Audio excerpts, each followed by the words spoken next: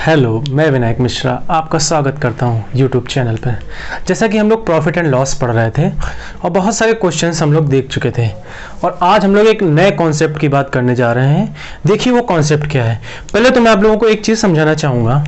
जैसे मैं लिखता हूँ एक्सपेंडिचर बराबर क्या होता है, प्राइस इंटू क्वांटिटी। मेरे इसको कहने का मतलब क्या है कि एक्सपेंडिचर जो होता है, एक्सपेंडिचर का मतलब जो हमारा खर्चा क्या होता है वो प्राइस और क्वांटिटी का मल्टीप्लाई होता है। कैसे समझेंगे? जैसे हम कोई चीज, मान लीजिए किसी चीज की कीमत 20 रुपए है। किसी चीज की कीमत कितने रुपए है? 20 रुपए। बात समझिएगा मेरी।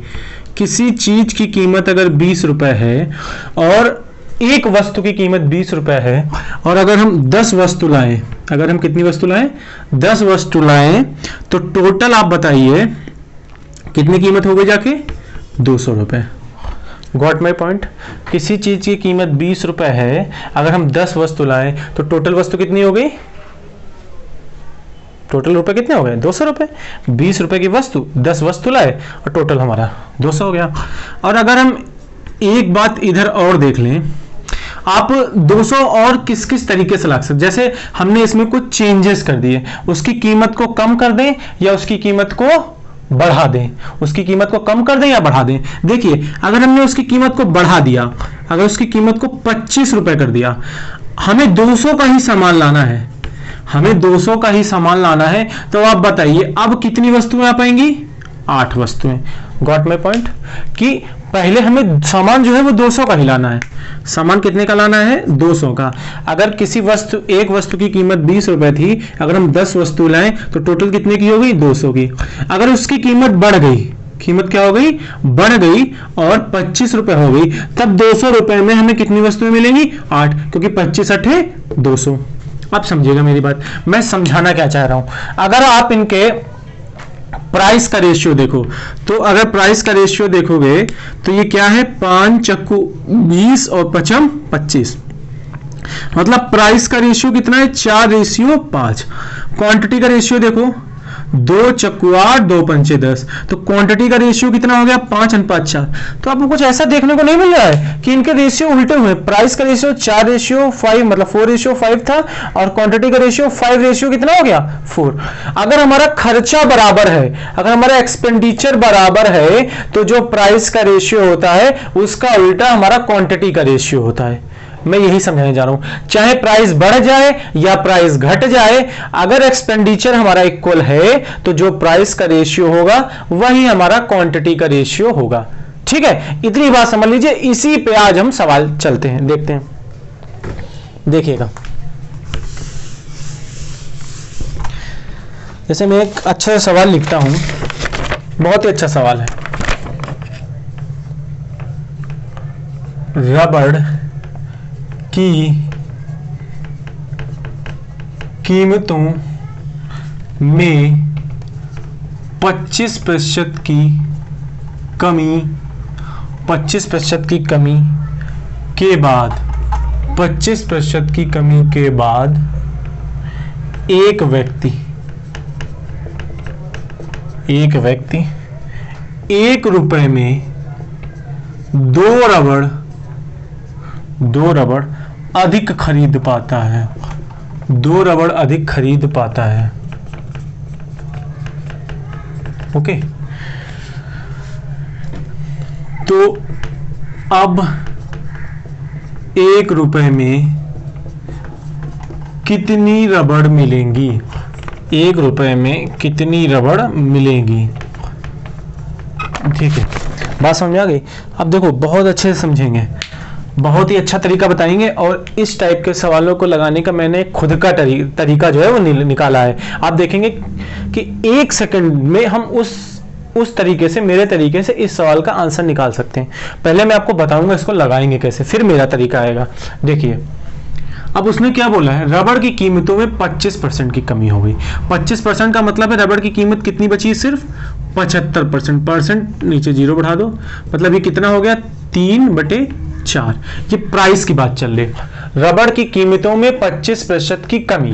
25% की कमी का मतलब है कि वो 75 बची, 75%, और इसको हमने फ्रैक्शन में तोड़ लिया तो हमारा 3/4 आ गया। मतलब किसी चीज की कीमत या रबड़ की कीमत जो पहले 4 थी अब वो कितनी हो गई है, 3 हो गई है। देखो हम यहां लिखते हैं प्राइस, यहां क्या लिखा हमने, प्राइस। प्राइस जो पहले मेरा 4 था अब वो प्राइस कितना हो गया है, 3। और मैंने अभी आपको बताया जो क्वांटिटी होती है, क्वांटिटी जो होती है वो हमारी कितनी हो जाएगी, 3 से 4। जो क्वांटिटी होती है वो हमारी कितनी हो जाएगी, 3 से 4। अभी मैंने आपको समझाया था जो प्राइस का रेशियो होता है उसका उल्टा क्वांटिटी का रेशियो होता है। अभी मैंने यहां से आपको बताया था ये वाले फॉर्मूले से, एक्सपेंडिचर बराबर प्राइस इनटू क्वांटिटी। अगर उसका प्राइस 4 से 3 हुआ है तो उसकी क्वांटिटी 3 से 4 हो जाएगी। क्यों भाई, किसी चीज की कीमत अगर कम होगी, किसी चीज की कीमत अगर कम होगी तो भाई हमें ज्यादा वस्तुएं मिल जाएंगी। भाई किसी चीज की कीमतों में गिरावट आएगी तो हमें वस्तुएं कितनी मिल जाएंगी, ज्यादा मिल जाएगी। तो उसी फंडे पे हमने काम किया। अगर प्राइस का रेशियो 4:3 है तो क्वांटिटी का रेशियो 3:4 होगा। अब समझना उसने क्या बोला है कि एक व्यक्ति 1 रुपए में 2 रबड़ अधिक खरीद सकता है। मतलब पहले वो 1 रुपए में कुछ रबड़ खरीदता था, पहले की बात कर रहे हैं, पहले 1 रुपए में कुछ रबड़ खरीदता था, फिर जब प्राइस में कमी हुई तो 1 रुपए में खरीदी जाने वाली रबड़ों की संख्या पहले वाली रबड़ से 2 अधिक है। मान लिया कि पहले वो रबड़ 10 लाता था और प्राइस कम होने के बाद अब रबड़ 12 हो गई, तो कितनी संख्या बढ़ गई, 2। ये कहने का मतलब है कि पहले जो रबड़ खरीदी जाती थी 1 रुपए में पहले 10 रबड़ अगर आती थी तो प्राइस कम होने के बाद 1 रुपए में 12 रबड़, इसलिए उसने डायरेक्ट बोला कि 2 रबड़। प्राइस कम होने के बाद 1 रुपए में 2 रबड़ अधिक खरीद सकता है। 1 रुपए में 2 रबड़ अधिक, ये मत समझना इसका मतलब कि 1 रुपए में 2 रबड़ खरीद सकता, 2 रबड़ नहीं, 2 रबड़ अधिक। कि अगर पहले 10 खरीदता था तो बाद में 12 खरीदने लगेगा प्राइस कम होने पे। ये 10-12 मैंने ऐसे मान लिया है, ये आंसर नहीं है, आप समझिएगा। अच्छा, क्वांटिटी 3 से 4 हुई, क्वांटिटी 3 से 4 हुई तो क्वांटिटी कितने यूनिट बढ़ी, क्वांटिटी कितने यूनिट बढ़ी, 1 यूनिट। और रबड़ में यूनिट कितना बढ़ा, मतलब रबड़ कितनी बढ़ी, 2 रबड़।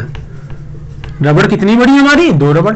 कौन देखो बढ़ी तो हमारी क्वांटिटी, 1 रुपए में 2 रबड़ अधिक खरीद सकते ना, बड़ी तो क्वांटिटी है रबड़, कितनी रबड़ बढ़ी, 2। मतलब 3 से 4 होने का मतलब कि 1 यूनिट बढ़ गया, 1 यूनिट में 1 यूनिट बढ़ गया और संख्या में कितना बढ़ा, 2 रबड़। इसका मतलब जो ये पहले वाली संख्या होती है, पहले मूल्य मतलब पहले इतनी रबड़ मिलती थी, बाद में इतनी रबड़। अब पहले 3 यूनिट मिलती थी, अगर 1 यूनिट की वैल्यू 2 है तो 3 यूनिट की वैल्यू कितनी हो जाएगी कि पहले वो 6 रबड़ ले सकता था और बाद में 4 यूनिट मतलब 8 रबड़। बाद में कितनी रबड़ आ सकती है, 8 रबड़ आ सकती हैं। फिर से मैं समझाता हूं एक बार, रबड़ की कीमतों में 25% की कमी होने के बाद, 25% की कमी होने का मतलब 75/100, मतलब 3/4। कोई चीज की कीमत 4 से 3 हो गई, प्राइस कितना हो गया, 4 से 3। और क्वांटिटी मैंने अभी बताया इस सवाल से, मतलब इस फॉर्मूले से, कि प्राइस और क्वांटिटी का रेशियो अपोजिट होता है। अगर प्राइस का रेशियो 4:3 है तो क्वांटिटी का रेशियो 3:4।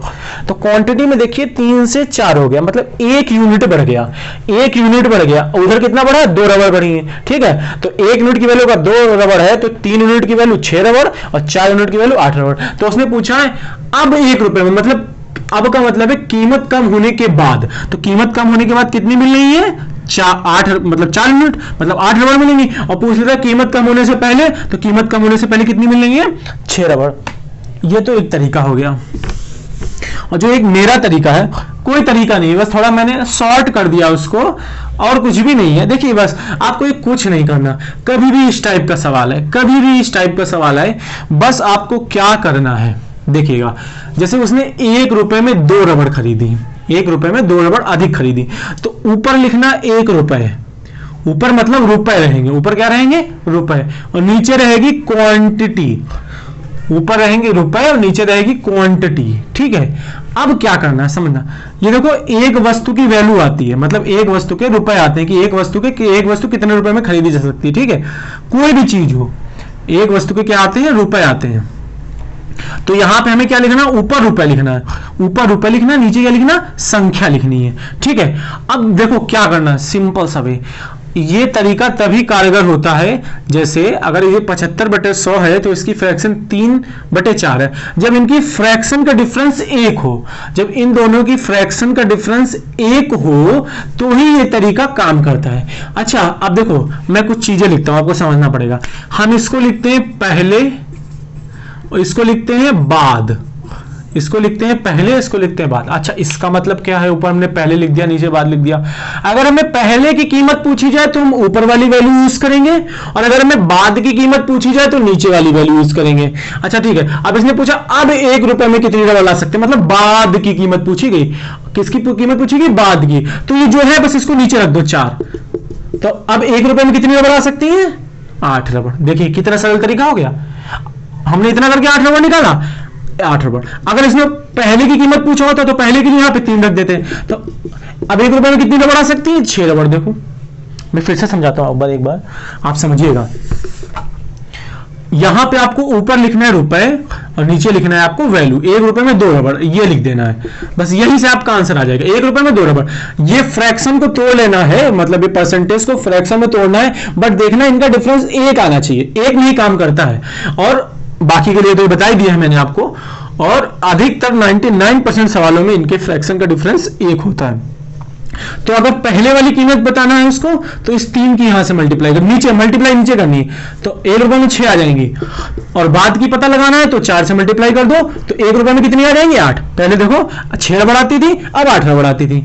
1 रुपए में 6 रबड़, 1 रुपए में 8 रबड़। Got my point? आप एक और सवाल में बताता हूं इस तरीके का, फिर आपको थोड़ा अच्छा समझ में आएगा।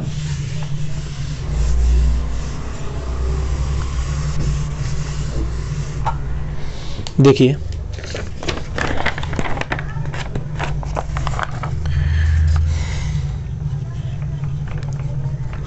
आमों के मूल्य में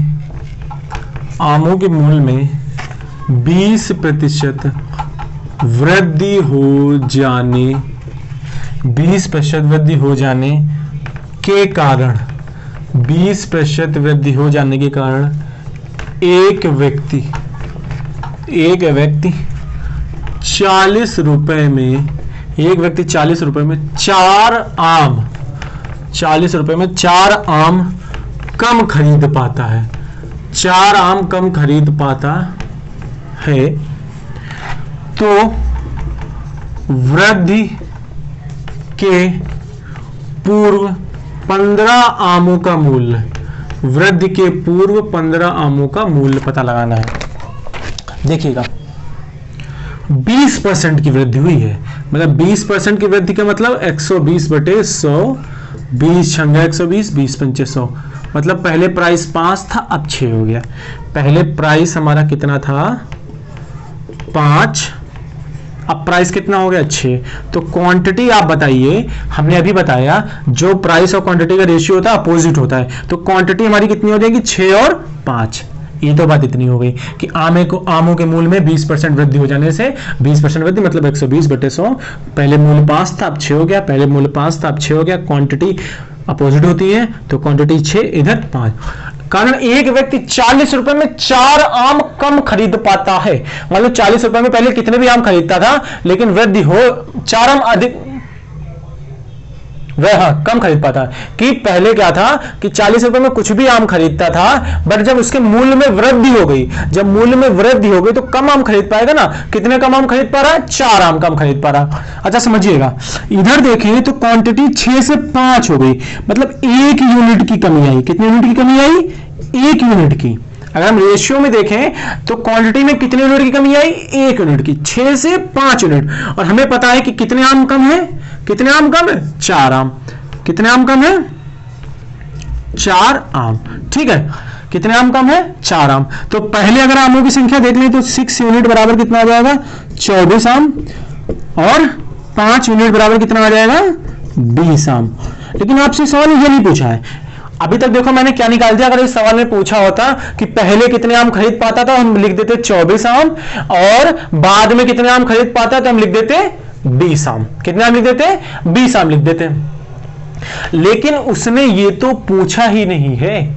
उसने पूछा है तो वृद्धि के पूर्व 15 आमों का मूल्य। वृद्धि के पूर्व 15 आमों का मूल। जैसे अगर हम अपने एग्जैक्ट तरीके से निकालें तो पहले 24 आम खरीद पर 24 आम का मूल्य 40 था, और वृद्धि होने के बाद 20 आमों का मूल्य 40 है। मूल्य 40 है, पहले 40 रुपए में 24 आम आते, तब 40 रुपए में 20 आम आते थे, लेकिन उसने क्या घुमा दिया सवाल कि वृद्धि के पूर्व 15 आमों का मूल। कोई टेंशन वाली बात नहीं, आप समझिएगा, ये वृद्धि के पूर्व की बात की गई है। वृद्धि के पूर्व मतलब पहले सीपी होता है, बाद में एसपी होता है, तो वृद्धि के पूर्व ये मूल्य होगा, और बढ़ा देने के बाद 20% बढ़ा देने के बाद ये मूल्य आ जाता है। ठीक है, मतलब पहले ये मूल्य होगा सीपी, और वृद्धि कर देने के बाद क्या आ जाता है हमारा एसपी। लेकिन उसने पूछा वृद्धि के पूर्व मूल्य, मतलब बात किस पे चलेगी हमारी, सीपी पे। बात किस पे चलेगी, सीपी पे। अच्छा आप देखना, बात यहीं से समझने वाली है कि यहां से देखिए, यही तो हमारा सीपी वाला लाइन है, ये हमारा एसपी वाला लाइन है। यही हमारा पहले कीमत 5 थी, 6 हो गई, पहले क्वांटिटी 24 थी, अब क्वांटिटी कितनी, देखो यहाँ पे क्वांटिटी कितनी थी 24, और यहाँ पे क्वांटिटी कितनी आ गई 20 आ गई।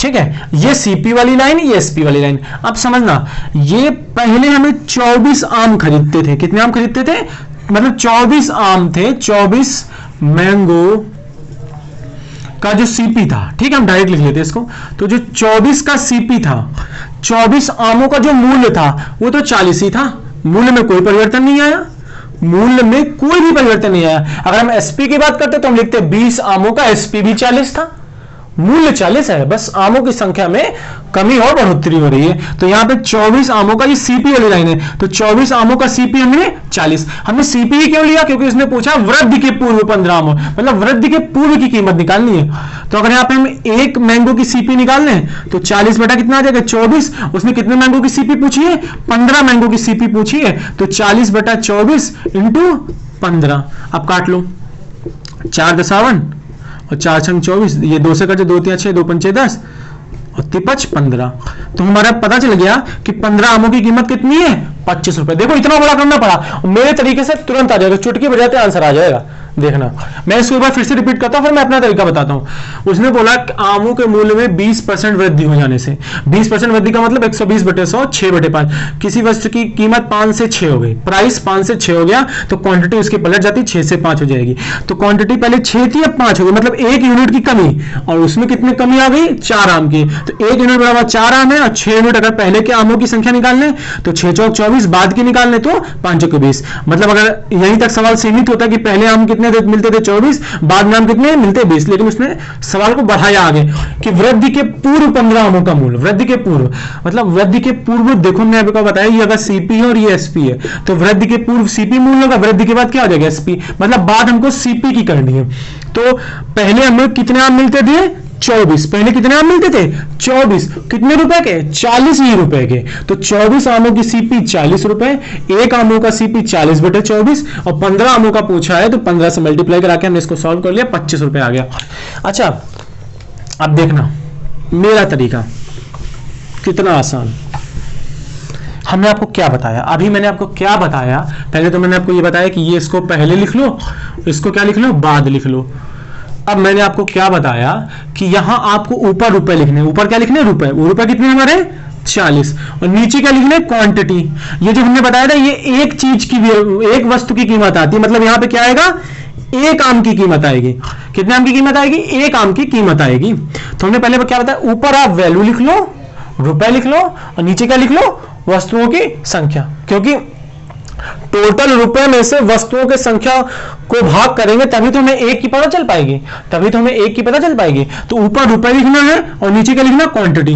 अब उसने पूछा है वृद्धि के पूर्व, मतलब पहले की बात, किसकी बात पहले की, तो पहले वाली वस्तु नीचे लिख दो, पहले वाली वस्तु कहां लिख दो नीचे। अच्छा हमारी ये एक आम की कीमत आ रही है, लेकिन उसने कितने आम की कीमत पूछी 15 आम की, तो अगर 15 आम की कीमत निकालनी है तो यहां 15 से मल्टीप्लाई करनी पड़ेगी कि नहीं करनी पड़ेगी।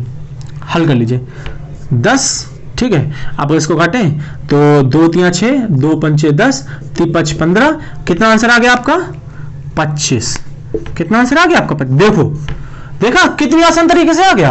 पहले हमने इतना बड़ा सवाल लगा के वहां तक गए, इसमें खाली आपने इसकी वैल्यू रखी और आपका आंसर आ गया। मैं एक बार रिपीट करता हूं, यहां आपको ऊपर वैल्यू रखनी है रुपए की, नीचे यहां पे क्वांटिटी 40/40, 40/4। अगर पहले की वैल्यू पूछा जाए तो ऊपर वाले, लेकिन कंडीशन है इन दोनों का डिफरेंस 1 होना चाहिए। बार बार बता रहे हैं, पहले की वैल्यू पूछी जाए यहाँ पे 6 रख दो, अगर यही बात की पूछी होती तो यहाँ पे 5 रख देते हैं। ये 1 आम की कीमत आती है, हमसे 15 आम की कीमत पूछी गई तो 15 से मल्टीप्लाई, आंसर आ गया 25 रुपए। इस टाइप का एक और सवाल देखते हैं, फिर मैं आगे बढ़ता हूं।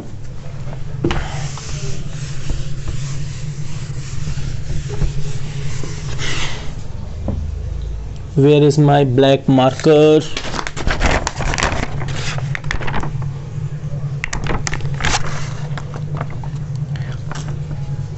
अंडों के दामों में, अंडों के दामों में 25% गिरावट होने पर, 25% गिरावट होने पर 162 रुपए में पहले की अपेक्षा 2 दर्जन अंडे, देखो गिरावट हुई तो 2 दर्जन अंडे अधिक खरीदे जा सकते हैं, अधिक खरीदे जा सकते हैं। मूल रूप से प्रति दर्जन अंडों की कीमत, मूल रूप से प्रति दर्जन अंडों की कीमत। फिर कोई प्रॉब्लम नहीं है, कोई प्रॉब्लम नहीं है, बस अपना तरीका में इस्तेमाल करना। 25% गिरावट हो गई, 25% गिरावट का मतलब है 75/100, 25 तिया 75, 25 चक्कू 100। प्राइस लिख लीजिए इधर, प्राइस, पहले प्राइस 4 था अब 3 हो गया, पहले प्राइस 4 था अब 3 हो गया। क्वांटिटी इसके अपोजिट हो जाएगी, पहले 3 चीज आती थी अब 4 चीज आने लगी, पहले 3 चीज आती थी अब कितनी चीज आने लगी, 4 चीज। तो कितने यूनिट की वृद्धि हुई, 1 यूनिट की वृद्धि हुई। और उधर कितने दर्जन, 2 दर्जन, 2 दर्जन अंडे, 1 यूनिट में 2 दर्जन अंडे। तो अगर अभी देख लो पहले कितने मिलते थे, 3 यूनिट में पहले 6 दर्जन मिलते होंगे और बाद में 4 यूनिट बराबर कितने हो जाएंगे, 8 दर्जन। पहले के अगर अंडों की संख्या पूछे तो 6 दर्जन होती, लेकिन अब अंडों की संख्या पूछे तो 8 दर्जन। लेकिन उसे संख्या नहीं पूछी, रुपए पूछ लिए कि कहाँ गया, 162 रुपए में पहले की अपेक्षा 2 दर्जन अंडे खरीदे जा सकते हैं। तो मूल रूप से प्रति दर्जन अंडों की कीमत, तो पहले मतलब मूल रूप से मतलब पहले, तो पहले हमें 6 दर्जन अंडे लेते थे, लेते कितने थे, वही 162 रुपए में, कीमत सेम, पर 1 दर्जन का निकालनी तो 162/6, तो 6 दूनी 12, 4 बचेगा 6 7 42, मतलब 27 रुपए में हमें 1 दर्जन अंडे खरीद सकते हैं। और अगर इधर पूछा होता बाद की कीमत तो 8 दर्जन बराबर 162 हो जाता। अब मेरा तरीका क्या कहता है, मेरा तरीका क्या कहता है, कुछ नहीं करिए आप, ऊपर रुपए लिखिए, ऊपर लिखिए रुपए, नीचे लिखिए संख्या, नीचे लिखिए संख्या है ना, संख्या, ठीक है। ऊपर लिखिए रुपए, नीचे लिखिए संख्या। पहले ये होता है और बाद ये होता है, तो उसने मूल रूप से मतलब पहले की वैल्यू पूछी तो 3 यहां लिख दीजिए। देखो आ गया ना, पलक झपकते आंसर। 2 लाइन लिखनी है, ये लिखना, खट्टे से आंसर आ जाएगा, तुरंत इसका आंसर आ जाएगा। तो हमको लगता है कि आपको इस टाइप के सवाल समझ में आ गए होंगे। इस टाइप के सवाल बहुत ज्यादा आते हैं और अगर इसको बेस से लगाओगे ना एक्स मान के तो बहुत लंबे लगते हैं। मैं तो इसको भी लंबा मानता हूं, हालांकि ये तो रेशियो मेथड से लगा है, अधिकतर लोग इसी मेथड से लगाते हैं, इसको भी लंबा मानता हूं। लेकिन आप इस तरीके से लगाएंगे ना तो आप देखिए 2 लाइन में आंसर आ जाएगा। ये कोई तरीका नहीं है, ये मैंने पता कैसे खोज लिया कि मैं पहले बेसिक से लगाता था इसको, और बहुत सारे सवाल इसको बेसिक से लगाए ना, तो मैं हर चीज में ये गौर कर रहा था कि कुछ भी करिए घूम फिर के बाद एक ही स्टेप पे अटकती आके।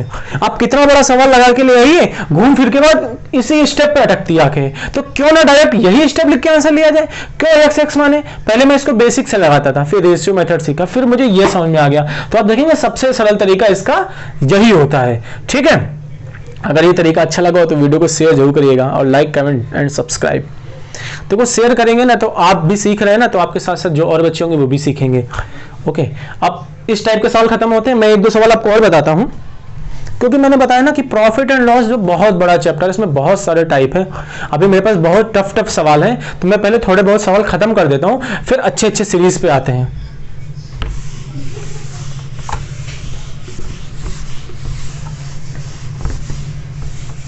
और प्रॉफिट एंड लॉस का बेस क्या है, आपको CP, SP, MP, profit loss, ये सब निकालना आना ही चाहिए, तभी आप उस टाइप के सवालों को आगे लगा पाएंगे। अगर ये सब कीवर्ड्स आप निकालना नहीं जानते तो आपको प्रॉफिट एंड लॉस में बहुत प्रॉब्लम होगी।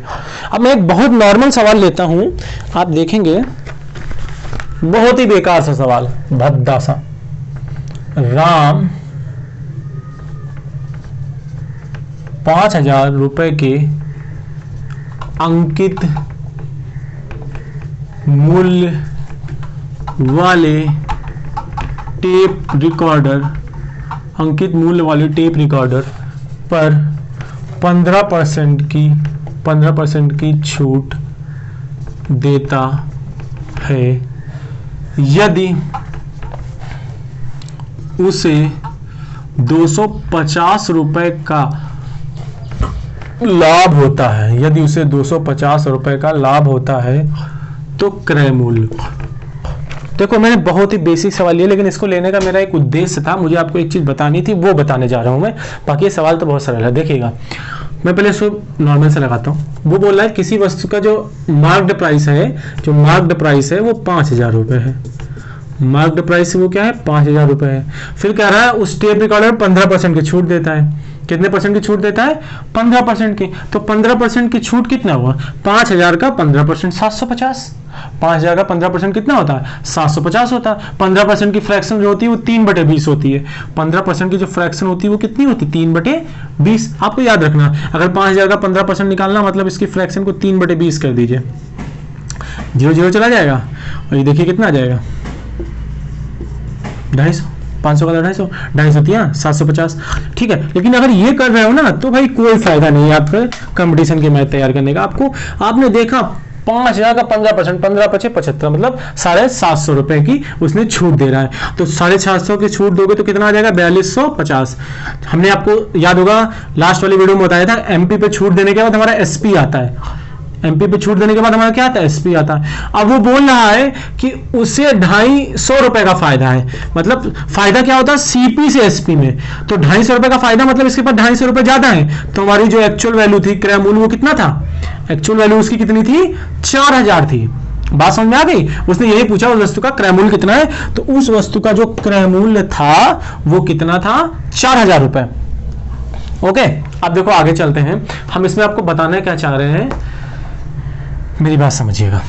मैं यहां पे लिखता हूं सीपी, यहां पे लिखता हूं एसपी, यहां पे लिखता हूं एमपी। आप किसी भी तरीके से लगाएं, लेकिन मैं एक तरीका बताने जा रहा हूं आपको।